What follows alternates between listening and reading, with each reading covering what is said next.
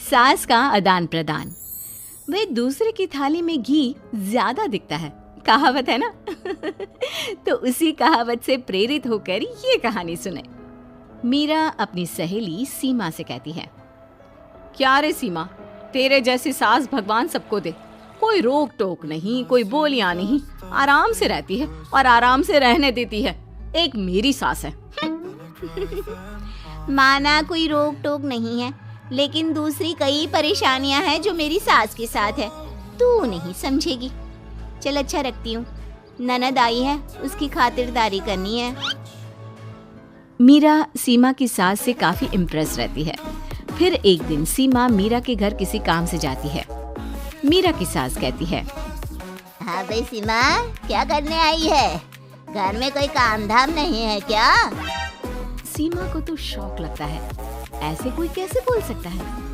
Aunty, मैं कौन सा कुछ लेने आई हूँ, देने ही तो आई हूँ। ये अचार बनाया था। तभी मीरा आ जाती है। अरे तू अचार लाई है? तेरी सास ने कुछ कहा नहीं? यहाँ मेरे घर पर तो सामान सड़ जाए, लेकिन मेरी सास मजाल है किसी को चमन्नी भी देने दे। अरे क्यों ना बचाऊं चवन्नी, मेरे बेटे की मेहनत की कमाई है। तेरे भरोसे रहूं तो सब लुटा दे। अब ले ले अचार उससे और दफा कर। मीरा सीमा से अचार लेकर उसे बाहर तक छोड़ने जाती है। अरे यार, तेरी सास तो बहुत अच्छी है। क्या बात कर रही है?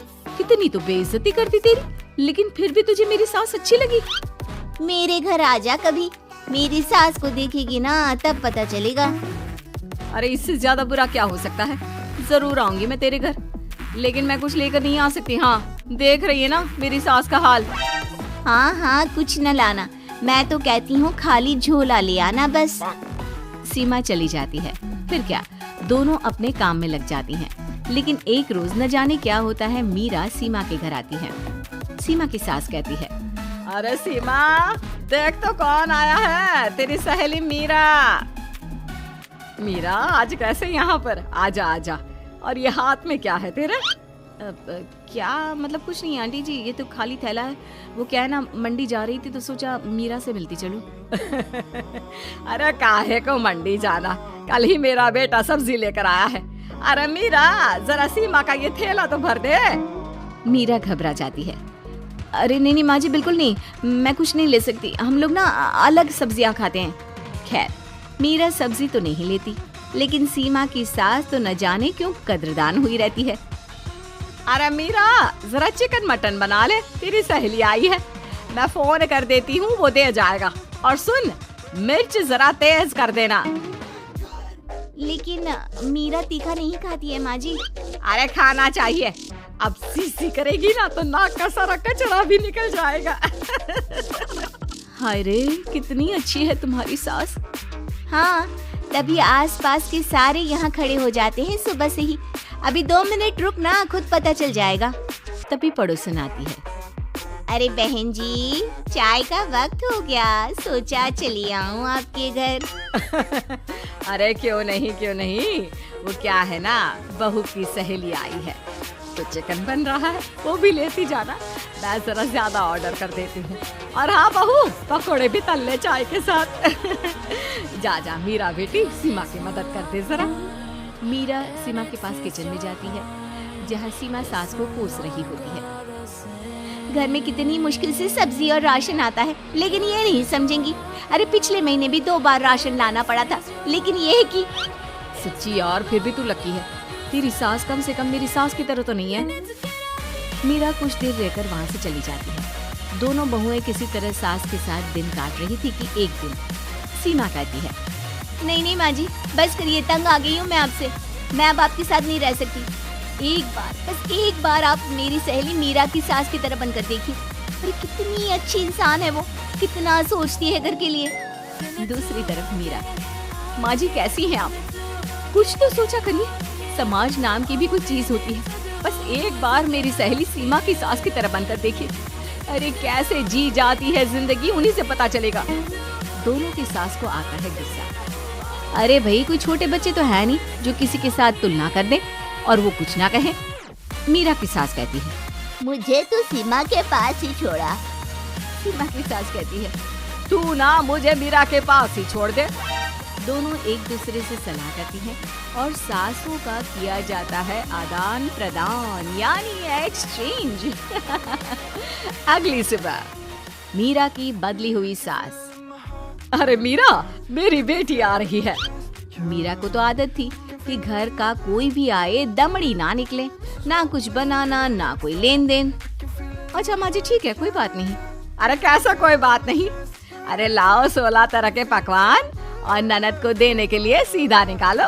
सीधा समझती हो ना? देना लेन देन? अरे माँ जी कैसी बात कर दी। इस घर में जो कोई कुछ भी ले आए, लेकिन मजाल है घर की चवन्नी भी कहीं चली जाए। अरे ये तो परंपरा ही नहीं है इस घर की। बाकी खाना हो तो रोटी दाल बना देती हूँ। रोटी दाल तो मेरी बेटी दुख में भी नहीं खाती, तो मायके में क्यों खाए। मैं अभी चिकन मटन पनीर और दाल ऑर्डर कर रही हूँ, सब बना देना। लेकिन मेरी तो आदत ही नहीं है इतना सारा खाना बनाने की। नहीं माँ जी, मुझे तो माफ करें। अरे कैसी बात कर रहे हैं, तेरी सास की बेटी नहीं आती थी क्या? आती थी ना, खूब आती थी, लेकिन मजाले की सास कुछ एक्स्ट्रा कर दे। माँ जी देखिए, मेरी तो ये आदत नहीं है। दूसरी तरफ सीमा। माँ जी वो मेरे मायके से लोग आ रहे हैं, तो मैं जरा उन लोगों के लिए कुछ बना लेती हूँ। क्यों बना लेती हो? दाल रोटी बनी है ना, साथ में अचार रख देना। वैसे आ क्यों रहे हैं बेटी के घर? सीमा को तो बहुत बुरा लगता है। कहाँ तो उसकी सास पड़ोसी के कुत्ते को भी घी की रोटी खिलाती है, और कहाँ ये मीरा की सास जो उसके मायके वालों के लिए सूखी रोटी अचार रख देने की बात कर रही है। वो मेरी भाभी आई है ना, नई, तो शादी के बाद भाई पहली बार आ रहा है। हाँ तो उन लोगों को बोल दो, हमारे घर का रिवाज है सास के लिए 10 साड़ी हार और सजावट का सामान लेकर ही आना, समझे? सास तो बोली जा रही थी, लेकिन सीमा को कुछ समझ में नहीं आ रहा था कि वो क्या करे। सीमा का पति। अरे सीमा क्या हो गया? तुम्हें तो माँ से बिल्कुल ऑपोजिट चाहिए थी ना। कहाँ माँ हर किसी के आओ भगत में तुम्हें लगा कर रखती थी, लोगों से खूब मिलती, घर का सामान बांटा करती थी।